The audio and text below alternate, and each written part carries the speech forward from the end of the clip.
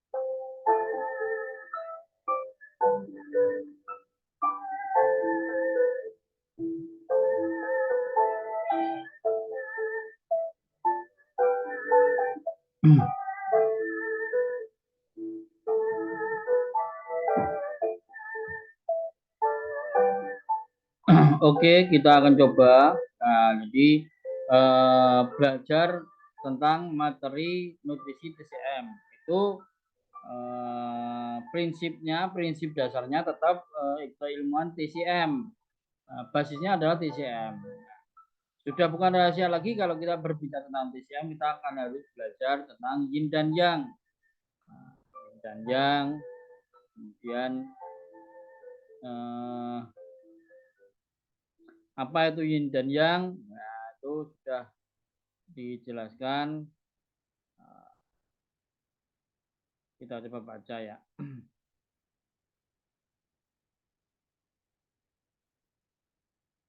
Jadi ketidakseimbangan itu ketidakseimbangan qi itu dapat berupa kekosongan atau kelemahan dan pengisian atau kelebihan atau kekuatan atau kuat, jadi lemah dan kuat, atau defisien dan apa namanya defisien dan ekses kuat. Jadi ketika Qi itu lemah, Qi dan kuat.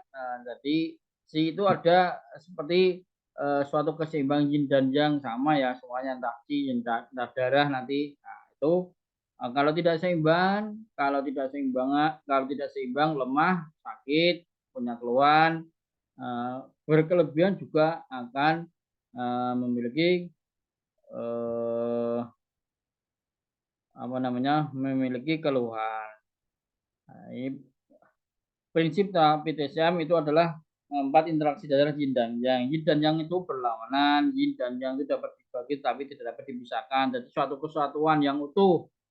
Nah, satu kesatuan yang utuh. Kalau dipisahkan tinggal yin tok, kalau dipisahkan tinggal yang tok, tentu maka tidak akan hidup, maka tidak akan ada suatu kehidupan. Yin dan yang berakar satu sama lain.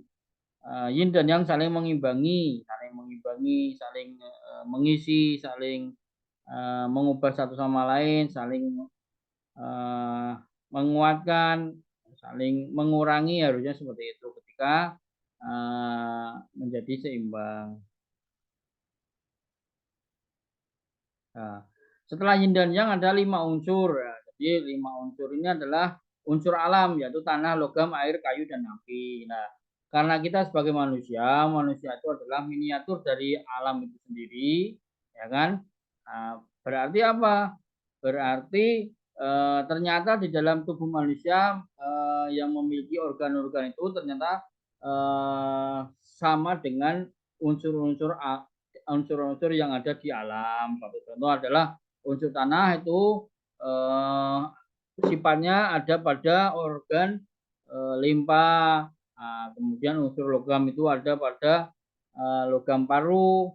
Kemudian unsur air ada pada organ ginjal, unsur kayu ada pada organ liver, dan unsur api ada pada organ jantung. Nah, semua itu membentuk siklus kehidupan.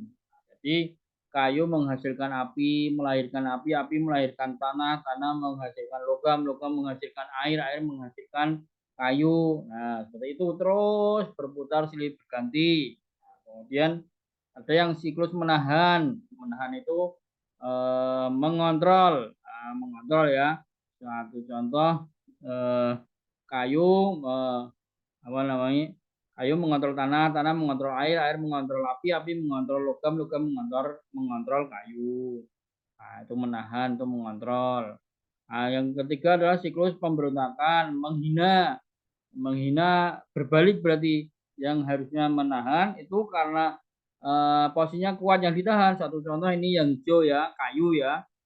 Itu harusnya menahan atau mengontrol tanah, tapi tanahnya yang lebih kuat. Nah, itu sehingga apa namanya?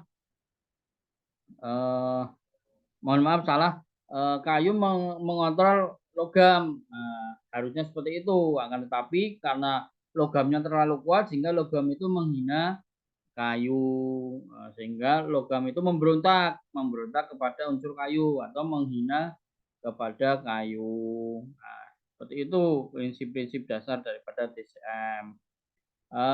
Ini selanjutnya adalah substansi dasar atau 5 zat dasar. Ini yang sangat penting ya, ini yang sangat penting yang harus kita pahami bahwa 5 zat dasar itu adalah Qi atau energi vital atau energi kehidupan. Pertama, kedua adalah Qing. Cing itu saripati, esensi apa, essence atau sari. Nah, itu bahasa Mandarinnya jing ya. Kemudian adalah blood dan blood atau qi, itu darah. Ini adalah spirit atau sen atau jiwa atau semangat. Yang nomor 5 adalah cairan tubuh atau jinje ya. 5 ini harus terpenuhi untuk suatu kehidupan manusia. Nah, tentu dalam batas yang normal. Kalau kekurangan energi, orang pasti ada memiliki keluhan, dan orang memiliki gangguan. Kelebihan juga seperti itu. Selanjutnya adalah esen atau cing. Ya, cing dijelaskan panjang lebar. Cing itu ada 2 macam, cing bawaan, cing warisan dari orang tua, dan cing yang didapat. Yang didapat dari mana? Yang didapat dari makanan. Nah, jadi energi itu dari makanan, cing juga dari makanan. Selanjutnya nomor 3 adalah darah. Nah, darah atau qi itu adalah dapatnya dari mana? Dapatnya dari makanan yang diproses oleh limpa lambung. Nah, jadi kalau kekurangan darah akan sakit, akan memiliki keluhan. Sebaliknya jika kekurangan kelebihan, nah, juga akan sakit. Orangnya akan karakternya akan kuat ya, suka marah, selalu pengen nomor satu dan segala macamnya, merasa sombong dan sebagainya. Selanjutnya adalah jiwa. Ya, jiwa ini kalau jiwanya lemah tentu, kalau jiwanya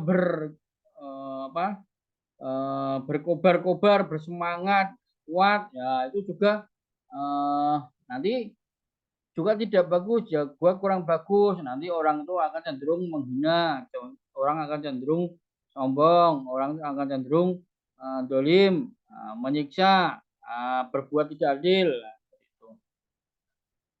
Apalagi yang kurang. Selanjutnya adalah cairan tubuh. Cairan tubuh itu kalau kekurangan pasti cairan tubuh itu ada jinye ya, yang jin, bening dan cairan keruh. Nah, semua ini yang kita perlukan semua di dalam untuk untuk keutuhan daripada dasar-dasar eh,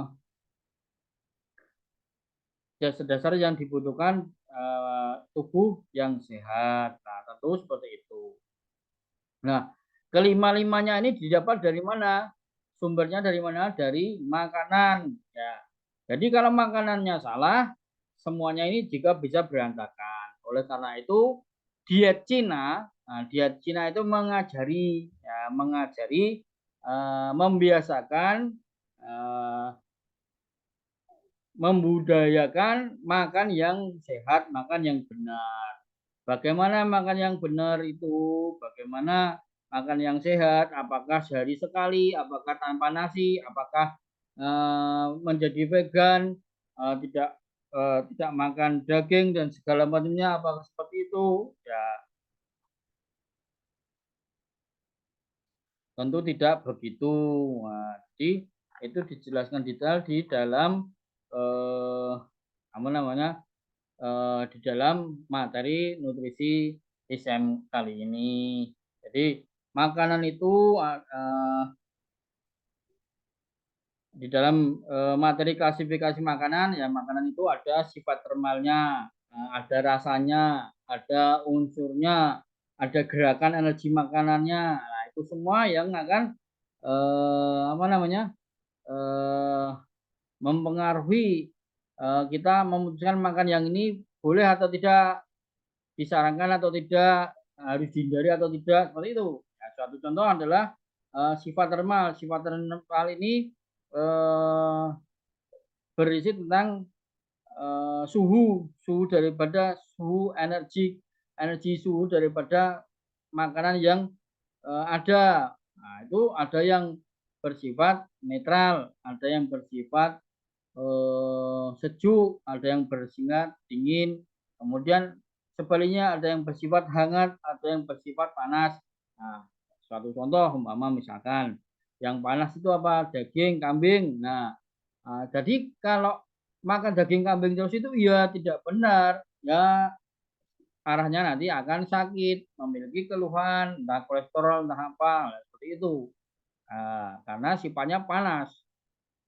Kemudian makanan yang berunsur sejuk ataupun dingin, ya buah dan sayur. Nah, apakah benar ketika kita memakan buah dan sayur tiap hari berbulan-bulan bertahun-tahun itu juga tidak benar. Karena apa?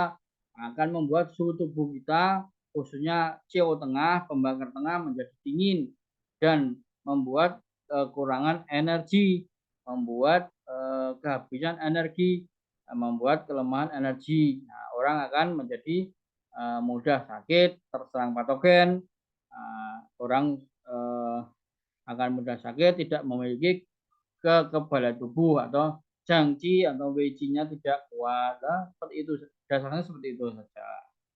Nah, dari situ ilmu diet Cina, dietik Cina ini sehingga membuka mata kita, membuka mata dan hati kita bahwa makan itu tidak semata-mata banyak atau tidak semata-mata beberapa kali eh, tidak berlebihan. Nah, jadi seperti itu. Tapi konsep makan yang benar itu semua ada hitungannya, semua ada ilmunya, ada bahkan makan itu ada komposisinya, ya kan? Eh, Biji-bijian itu berapa persen, sayuran itu berapa persen, kemudian apa namanya eh, buah daging-dagingan itu berapa persen, itu semua ada komposisinya. Nah, sekarang tergantung daripada diagnosa tubuh kita, sehingga tetap basic dasarnya kepada eh, diagnosa awal. Kita harus menegakkan diagnosa terlebih dahulu. Kita melakukan macam pemeriksaan sehingga kita bisa memberikan saran dan memberikan saran yang harus dihindari dan yang disarankan, memberikan masukan sesuatu yang harus dihindari dan yang disarankan. Jadi pantangannya itu apa, yang tidak boleh itu apa. Itu kita bisa memberikan informasi. Suatu contoh, ketika kita berhadapan dengan pasien yang lemah, orangnya lemah, dingin, ya tentu kita harus Bapak, Ibu jangan banyak makan buah-buahan untuk saat ini, apalagi musim yang dingin, sering musim hujan itu kalau bisa jangan makan itu dulu. Lalu makannya apa, Pak? Makanya biji-bijian, gandum, jagung, nasi, beras, nah, seperti itu. Ditambah dengan eh, apa namanya daging sehingga bisa mengisi energi dan mengisi darahnya kan begitu. Nah, jadi dengan seperti itu setelah kita melakukan eh, menegakkan diagnosa, nah tentu kita bisa memberikan resep nutrisi yang benar dan memberikan masukan eh, pantangan serta saran yang eh, baiknya dimakan, nah itu akan membantu mengobati daripada sakitnya pasien.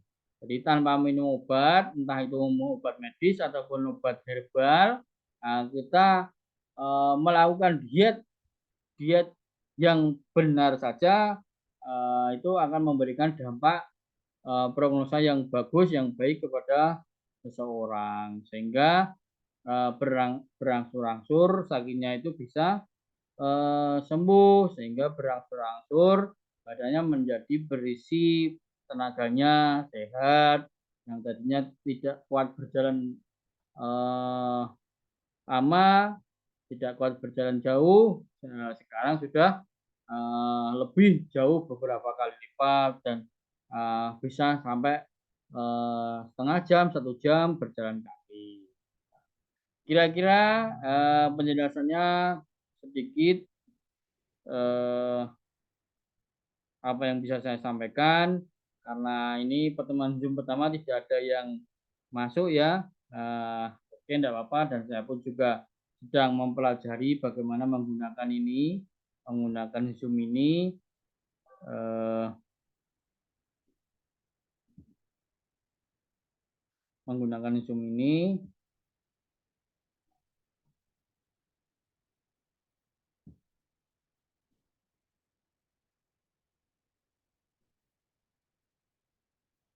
Sehingga untuk pertemuan mendatang insya Allah bisa lebih baik ya, bisa lebih baik.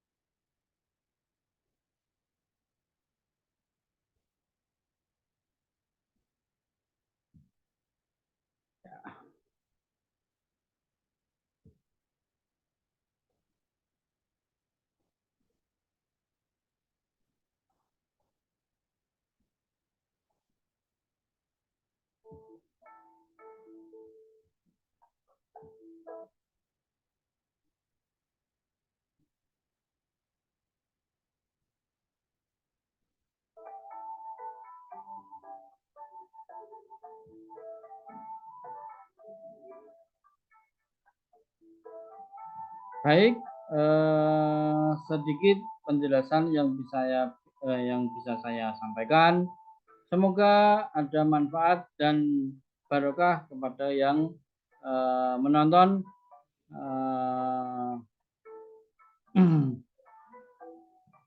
Saksikan video-video kami di channel YouTube kami yaitu Sinsehari agar Anda bisa mendapatkan manfaat dan barokahnya. Terima kasih. Wassalamualaikum warahmatullahi wabarakatuh.